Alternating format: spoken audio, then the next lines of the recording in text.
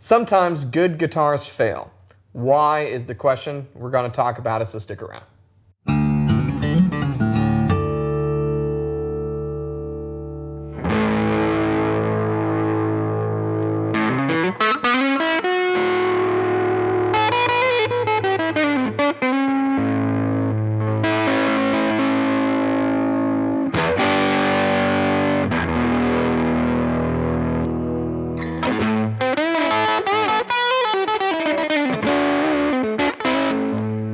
Hey, you're watching Alamo Music TV. My name is Chris McKee. I'm Cooper Greenberg. We're here with Alamo Music Center in San Antonio, Texas. You can find us online at alamomusic.com. So today, as I mentioned, we're talking about guitars that fail. More specifically, why do good guitars fail in the marketplace? And a good example of that is what Cooper's holding. So this is a Taylor Solidbody electric guitar. More specifically, this is the Solidbody Classic.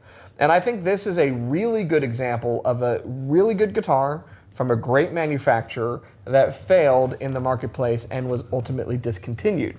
But we're going to talk about the history of this because you may be surprised, if you don't know your guitar history, to learn about some of the guitars that did not make it, from good manufacturers that were great killer guitars that were discontinued because of lack of popularity that maybe came back and you are familiar with and would be shocked to know. So we're going to talk about those, but let's talk about this first. So Taylor, you should be familiar with. We talk about their guitars a lot. They're a pretty good guitar company, Cooper, don't you think? Yeah, they're all right. they I haven't heard of them that much on They this know channel. what they're doing. Taylor is now, I think, one of the biggest guitar manufacturers on the planet. I don't know about Mars, but at least on planet Earth, they're pretty big. And they primarily produce acoustic guitars, but they have their hybrid guitar, the T5. They have a T3, which isn't a real popular model that they produce, but it's a hollow body guitar that has some really cool tricks to it with their pickups. And they introduced this guitar, really a whole series of guitars. So this is the Classic. It was an ash body. You can get it in a number of different pickup configurations. They had the Standard, which was, I believe, initially it was like a quilted ash, but they also had maple tops on those. And then they had a Custom, which was either Koa or walnut. I've owned two of these. I've owned a Classic, I've owned a Custom. And I think they're phenomenal guitars, but they weren't around for that long of a period of time. You can find them used all over the place. And they are really fantastic guitars, which is why we're talking about them. So we'll go over the specs. So it's a ash body. Kind of pick it up. It's in the shape of their Grand Auditorium. It's obviously a Taylor shape. It's about the size of a Les Paul, but it's thin. It doesn't have a carved top. The figure tops are inlaid into them. Yeah. And it's very comfortable. You have some features, kind of like a bevel down here, similar to what we see on their acoustics now. You've got the armrest, and you've got the belly carve on the back. You've got a nice beveled cutaway. Hey, these are kind of looking familiar, right? And some really killer features regarding comfort, like the bridge. Now the bridge, I remember when it was introduced, they talked about how it looked like almost like a fine watch band, and it feels incredibly comfortable. Yeah. It has the string ramp built into it, so the strings are loaded from the back, and there's this nice smooth ramp up there. The intonation was really easy to adjust and lock in place. They had a tremolo version of it, and then the electronics were really cool. So on the Classic like this, you had a pick guard. And you could purchase from Taylor loaded pick guards. And other manufacturers are doing that now. I think like Fender just introduced, you could buy loaded pick guards. But what was great about these is, one, this was in 2007, 8, 9. You could buy these and you could go with either Alnico humbuckers like this, like your classic PAF style pickup. You could go with mini humbuckers that a lot of them had. You can get single coils, you could get a combination of them. And you could just kind of take it out and put it in without soldering. So they had, I believe, like a Numix connector that just plugged into play, and off you went. So you could effectively buy a guitar, and without getting into like weird switch on the fly stuff, you could have different options. You know, restring, pop in a different one, or just find a guitar and you go, I don't really like this, I do want humbuckers. You could do that without having to solder and do a bunch of other things. Not that that's that big of a deal, but if you don't know how to solder, there's YouTube videos. So you had an Ebony Fingerboard. Now, to me, this was kind of a big deal.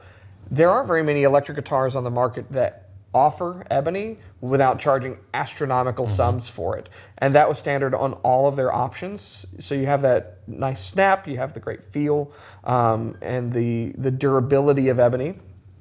A different headstock design to make it a bit of a straighter string pull, specifically for electric guitar, so you could be bending and it's not going to go out of tune.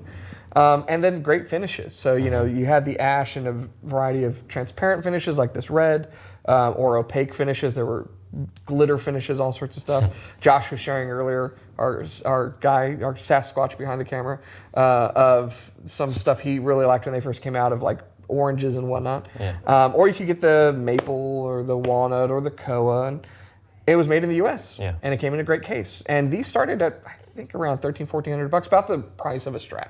Yeah. Sounds like a winning recipe, right? Very ahead of its time, I would say. And it failed. It failed in the marketplace. So, why? That's the question we're asking. And I have a few reasons why, but before we talk about why this failed, let's talk about some other examples of guitars that failed. The Les Paul failed. Did you know that? We've mentioned it in videos, but the Les Paul failed. It was introduced in the mid-50s, and it was discontinued in '61.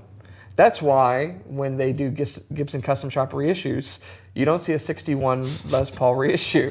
You might actually in the SGs. So the SG was the Les Paul. So we could say the Les Paul was discontinued. Effectively, it was changed. Yeah. Why was it changed? Because it wasn't popular, right? Why do manufacturers stop producing guitars?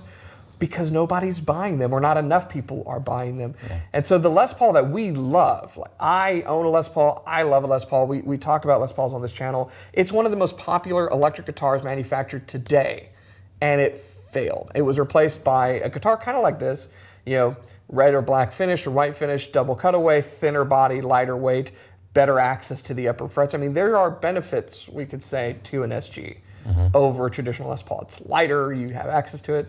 There's other things like neck joints and other stuff, whatnot. But eventually it came back. Why did the Les Paul come back?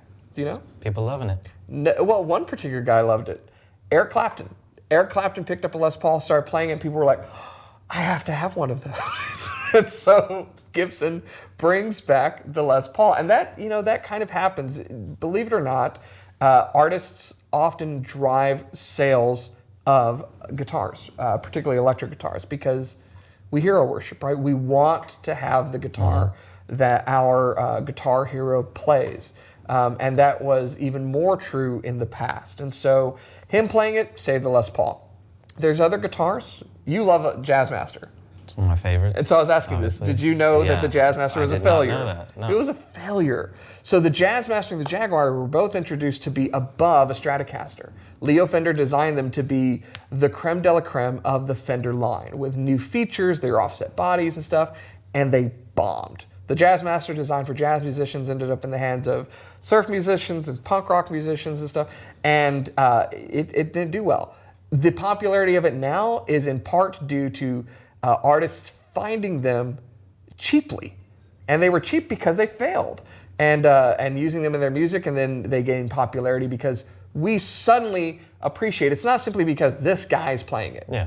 You were talking about Nels Cline in a video that you did. Man, yeah. And if you haven't seen that video, he does like your user's guide to a Jazzmaster. So I'll link it there. But you talked about the fact that Nels Cline plays it, and that helps you to appreciate the instrument.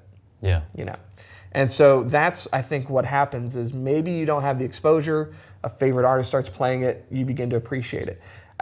Maybe if John Mayer had started playing a Taylor Solidbody. Let me ask you this. Yeah. Were there any notable players that played one of these when they came out? There were some artists, but thinking back, trying to recall who they were, I don't think any of them would be like guitar heroes. Yeah. I remember there were bands that were all playing Taylor Solidbodies. Taylor had bands in their booth at NAMM playing them. There were bands touring with them and whatnot, but none of them would be your guitar hero type person. Clapton didn't resurrect the Taylor Solidbody. That's right. That one. So, I think there's a lot of things that go into play, but there's some other more modern brands that have failed. Like we were talking about Parker Fly guitars. I think a Parker guitar is phenomenal. They're lightweight. They were cutting edge with piezo pickups that sounded fantastic. We're way ahead of their time. Some of my favorite guitar players, like Phil Keaggy, played one. which is how I learned about them, and they failed in the marketplace. So sometimes guitars fail, and it's not because they are a bad instrument, and it's not because it's from a bad company or doesn't know how to, like Taylor's marketing is top notch. So let's talk about why I think, and this is just my opinion, this guitar failed. Why do you think maybe it failed? My first thought was going to be that maybe it just wasn't the type of guitar that was in demand at the time. I'd say it's probably hard to take the formula of something that might be reminiscent of, say, a Les Paul or, a two-humbucker, solid body looking guitar like this, and maybe it was just hard to break into that after being so well known for high-end acoustics. That's just my guess, but... And I think that maybe had something to do with it in the marketplace, because I know, like, when Paul Reed Smith tried to do high-end acoustics, they still make acoustics. Their Angelus line's great. I think most of them are SEs, and they'll do some private stock versions, but their line of guitars initially weren't well received because you're an electric guitar maker. Yeah. Why are you building acoustic guitars? And I think maybe there was some sentiment about that, an acoustic guitar maker getting into the electric guitar game. But at the same time, their T5's been such a hit. That's fair. I would say it almost makes me think about Collings a little bit. They have their electric guitar line and they're incredible guitars. Yeah. But when you think Collings, you're you think thinking acoustic, about... yeah. But, we were kind of talking about it with Fender's Custom Shop Acoustic as well. They're not known for high-end acoustics. I fell in love with one and I customized one and I got it and it's like my favorite, but that didn't work out. Well, we sold quite a few of those, but it's funny, when I started here, it was right when we first started making videos, we had some of those and nobody in the marketplace appreciated them or really knew what they were. And we shot some videos talking about these Fender Custom Shop Acoustics, which in all fairness were basically custom shop guilds that said Fender on the headstock. And so they're custom shop guilds right there. They were good guitars. And we found homes for them. We found a small fan base for them. So maybe this failed because I wasn't doing YouTube reviews on it, and didn't have you here to play it at the time because you were still in high school, I think. So I was like 3, I think. I'm not that old, man. So, but here's my opinion of I think why it failed. You talked about breaking into a market and finding demand for it. This guitar came out in 2007. So if you're old enough to remember, the stock market fell apart and recession all began right about 2007 and 2008. Mortgage crises, all of this stuff. That's right when this guitar was introduced to the public. And the electric guitar market, period, crashed. Like it was in the dumpster. It was a dumpster fire on its own. In fact, spoiler, eventually the electric guitar market rebounded and it's healthier than ever. But right before that, there were articles being written of the death of the electric guitar. There are no more guitar heroes. People aren't buying electric guitars, and the electric guitar as an instrument is dead. Yeah, it was grossly exaggerated. Yeah. So the electric guitar market began to rebound. I felt it kind of in 2014. So let's go back to this. This was introduced in 2007, and they discontinued it in 2013. So in my opinion, I think a big reason for its failure was timing. Yeah. They brought it to market at the wrong time. It would be kind of like if Gibson had brought the Les Paul to market 20 years earlier, it probably would not have done very well. As it did in the 50s. Think of the Telecaster. The Telecaster's been a hit forever. It's never gone out of production, right? It's one of the things Fender says because others have. And if it had been introduced a little too early, maybe it would have not found the market it needed. Things have to kind of align, right? Yeah. The stars have to be aligned. I do think there's another reason they discontinued it, because Taylor's been really good about backing their products. So if I'm correct, and I'm not entirely sure that I am, disclaimer, I don't know everything, but this was designed, I believe, prior to Andy Powers joining Taylor Guitars as a designer. Definitely prior to him becoming the master guitar designer. And now, of course, he's a partner at Taylor Guitars. So if I'm Taylor and I introduce a guitar to market and it's not performing well, and now we have a new guitar designer, maybe I go ahead and discontinue the product and circle back around to it. So my hope is, like with the Les Paul, Taylor will produce another electric guitar, full-on electric guitar, because they have the T5, they have the T3, but that they'll bring it back out with Andy's nuances, his design language that's really in it, because as he's shown us with everything else, he's a fantastic builder. And I know he's talked about on podcasts and other things about he likes building stuff. And so, what that'll look like, I don't know. I promise I don't know. But, maybe if you buy me lunch, I'll tell you. But no, I don't know. But that's my hope. And in the meantime, I think these are great guitars. There's some on the used market, and I'd play one in a heartbeat, own one, buy one. If they were on the market today, I'd probably buy one. How about you? I think it's freaking awesome. I really enjoy it. It feels very solid, not solid body, even Just though it well is, put together. but very well put together. And it's almost, like I said earlier, a little ahead of its time. Like kind of the contours and everything. It feels like something that you might get off of like a builder's edition today, or a high-end, almost boutique-y electric, like we've been talking about a lot recently with Ultras and everything. And all the new neck neck stuff. It's very comfortable. It's very Taylor. It's what you would imagine if you'd never seen a Taylor Electric, and then you would kind of imagine this. But I do think it would be cool to see what they could do today, do Builder's Edition, solid body. Yeah, it's been over 10 years since this was originally introduced. So here's what we're going to do. Obviously we're not selling these guitar, but if you haven't heard one of these, I think the last time they were on YouTube was about 10 years ago. We're going to do a demonstration for you where Cooper's going to put it through its paces, and you can get an idea of just how good this no longer in production guitar is.